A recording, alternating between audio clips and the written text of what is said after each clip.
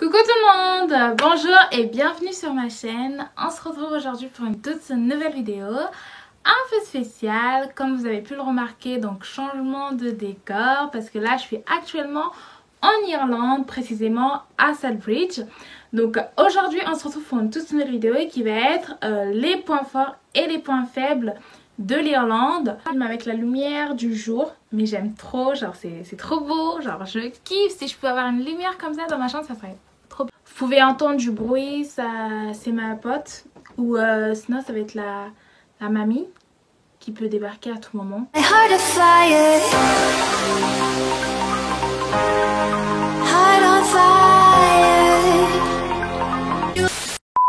Là, premièrement, on va commencer avec les points faibles et ensuite on terminera par les points forts.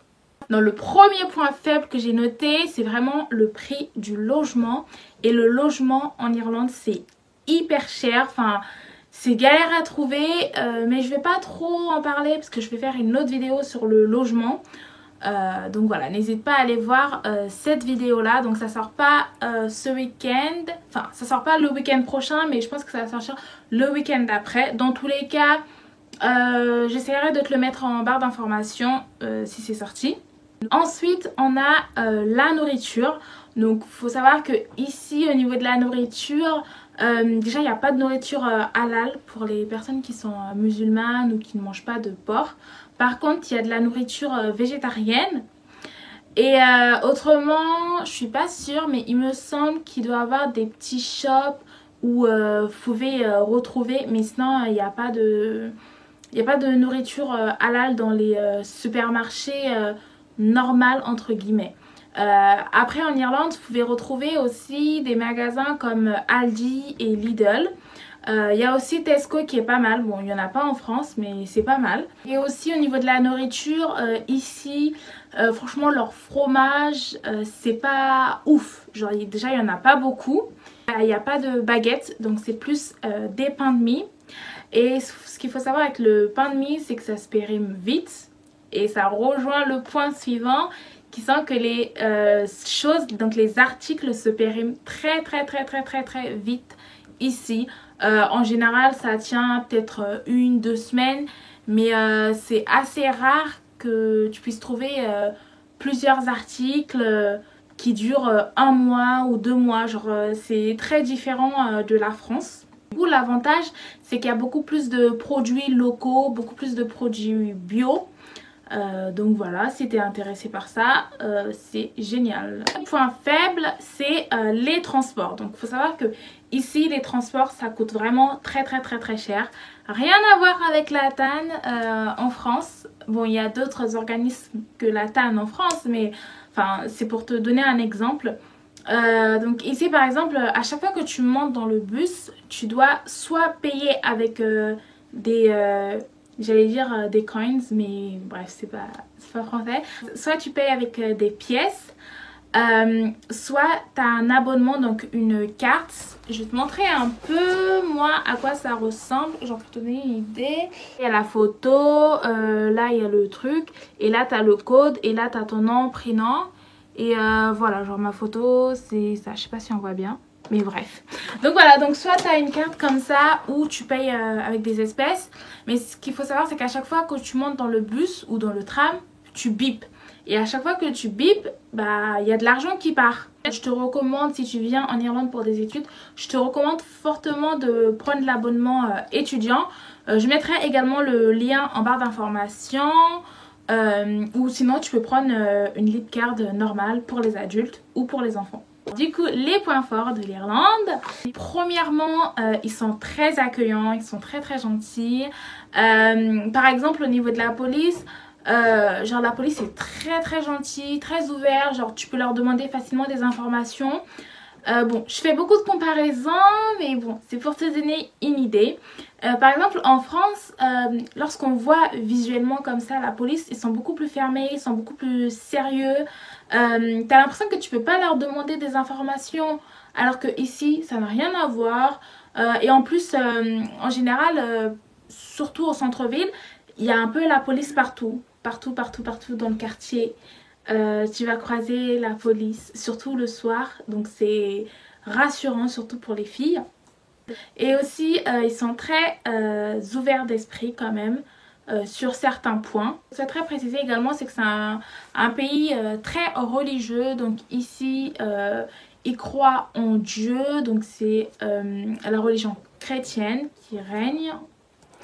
Et pour te dire, par exemple, il y a des citations dans le bus, genre des citations de la Bible. Tu vois, des proverbes de la Bible. Je te mettrai par exemple une photo ici. Par exemple, dans la ville du village où je suis, par exemple, il y a des petits panneaux de publicité ou panneaux d'affichage avec une petite citation de Dieu.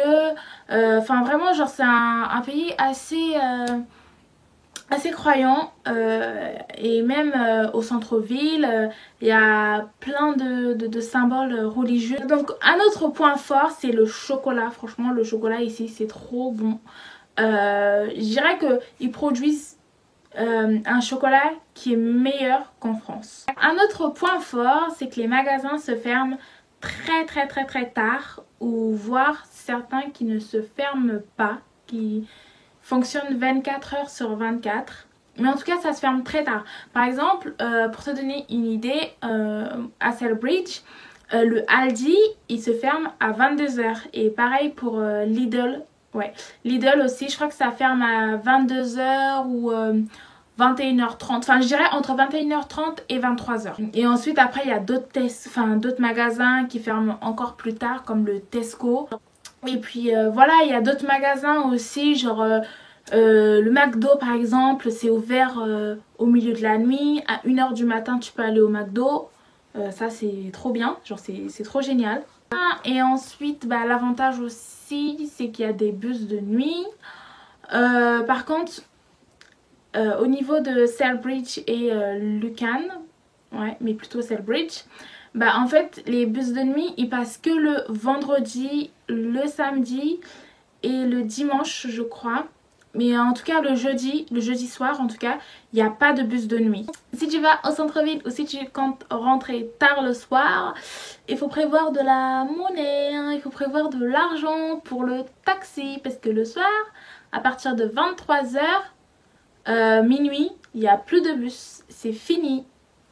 En point fort, bien sûr, les produits locaux, le bio, etc. Aussi l'avantage et l'inconvénient d'être dans un petit village, parce que du coup je vous ai dit que j'étais à Selfridges. Donc Selfridges, c'est environ à 1 h de Dublin, 1 h voire 45 minutes de Dublin. Donc l'avantage, c'est qu'il y a moins de bruit, c'est beaucoup plus confortable entre guillemets. L'inconvénient, c'est que bah, du coup il y a moins d'activités, il y a moins de choses à faire. Par exemple, pour ceux qui veulent venir à Selfridges, vous pouvez visiter le Castle Town, et puis c'est tout, hein. Enfin, je pense que c'est tout. En tout cas, il n'y a pas grand chose à faire. Et aussi un autre inconvénient, c'est que bah, du coup vous avez un peu une vie entre guillemets de mamie, vu que vous êtes dans un village, genre c'est loin entre guillemets de la ville. Bah, il n'y a pas beaucoup de transports. Par exemple, à Selfridges, il n'y a que 2 transports qui passent par là. C'est le 67 normal et le 67X. Et le 67N, c'est pour le soir, pour le bus de nuit. Donc j'ai oublié de préciser, mais un autre inconvénient, c'est que ici, il y a beaucoup plus, au niveau de l'alcool, il y a beaucoup plus de bière que d'alcool. C'est-à-dire tout ce qui dit vodka, etc. Il y en a, mais genre, il n'y a pas beaucoup d'alcool en fait. C'est plus des bières et du vin. Cette vidéo est maintenant terminée. J'espère que ça t'a plu. On se retrouve le week-end prochain pour une toute nouvelle vidéo. Et sur ce, je te fais de gros bisous.